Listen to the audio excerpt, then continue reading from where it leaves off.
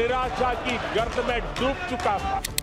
2014 के पहले देश ने जो सबसे बड़ा नुकसान भुगता था वो था देशवासियों का आत्मविश्वास।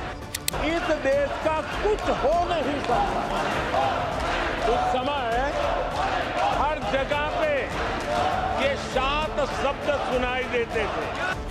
आए दिन अखबार खोलते थे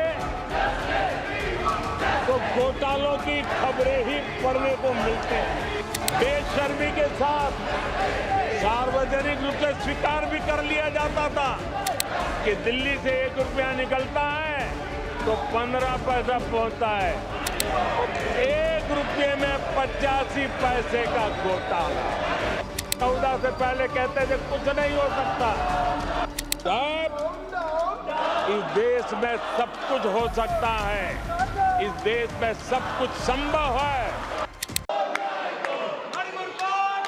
2014 के उन दिनों को याद कीजिए। उन 2014 के उन दिनों को याद करेंगे तो हमारे ध्यान में आएगा कि हमारे देश के लोगों ने उनका आत्मविश्वास खो चुका था। देश निराशा की गर्त में डूब चुका था। ऐसे समय 2014 के पहले देश ने जो सबसे बड़ा नुकसान भुगता था, जो सबसे बड़ी अमानत खोई थी, वो था देशवासियों का आत्मविश्वास। और जब विश्वास और आत्मविश्वास खो जाता है तब उस व्यक्ति को, उस समाज को, देश को खड़ा होना मुश्किल हो जाता है। और उस समय सामान्य मानवी के मुंह से यही निकलता था कि वो इस देश का कुछ हो नहीं सकता। उस समय हर जगह पे ये शांत शब्द सुनाई देते थे, इस देश का कुछ नहीं हो सकता। यही शब्द 2014 के पहले सुनाई देते थे।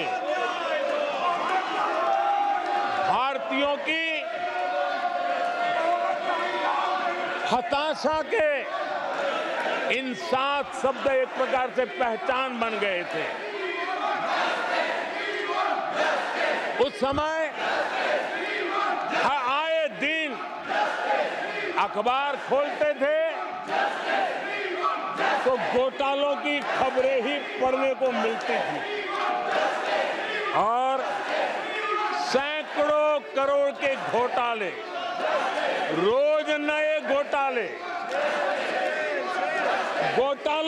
घोटालों से स्पर्धा, ये घोटालेबाज लोगों के घोटाले, इसी का एक कालखंड था।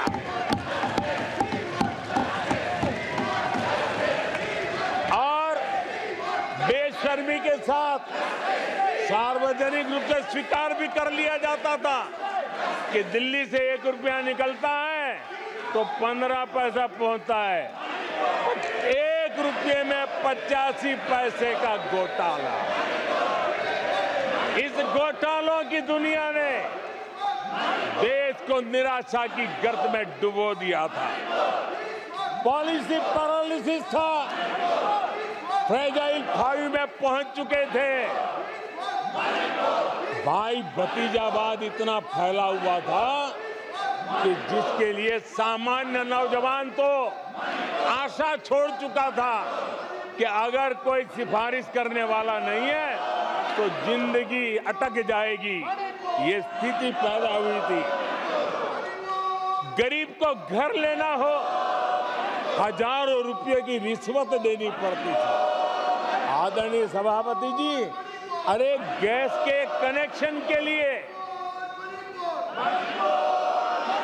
मेंबर पार्लियामेंट के यहाँ, सांसदों के यहाँ अच्छों को चक्कर काटने पड़ते थे और वो भी बिना कट के लिए गैस के कनेक्शन नहीं मिलते थे। आदरणीय सभापति जी, मुफ्त राशन भी पता नहीं कब बाजार में दुकान पर बोर्ड लटक जाए, हक का राशन नहीं मिलता था, उसके लिए भी रिश्वत देनी पड़ती थी।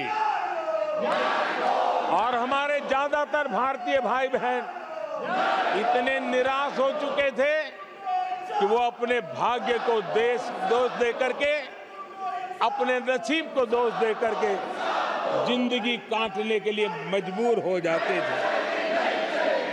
आदरणीय सभापति जी, वो एक वक्त था 2014 के पहले जब वो 7 शब्द हिंदुस्तान के जनमन में स्थिर हो चुके थे। निराशा की गर्त में डूबा हुआ समाज था। तब देश की जनता ने हमें सेवा करने के लिए चुना और वो पल देश के परिवर्तित युग का प्रारंभ हो चुका था। और 10 साल में मैं कहूंगा मेरी सरकार की अनेक सफलताएं हैं, अनेक सिद्धियां हैं, लेकिन एक सिद्धि जिसने हर सिद्धियों में भी जोर भर दिया, ताकत भर दी, वो थी देश निराशा की गर्त में से निकल करके आशा और विश्वास के साथ खड़ा हो गया। देश में आत्मविश्वास बुलंदी पर पहुंचा और उसके कारण वो सब वक्त का जो शब्द थे देश की युवा पीढ़ी की डिक्शनरी से निकलने लगे। धीरे धीरे देश के मन में स्थिर हो गया। जो 2014 से पहले कहते थे कुछ नहीं हो सकता, वो कहने लगे अब इस देश में सब कुछ हो सकता है, इस देश में सब कुछ संभव है। ये विश्वास जताने का काम किया हमने।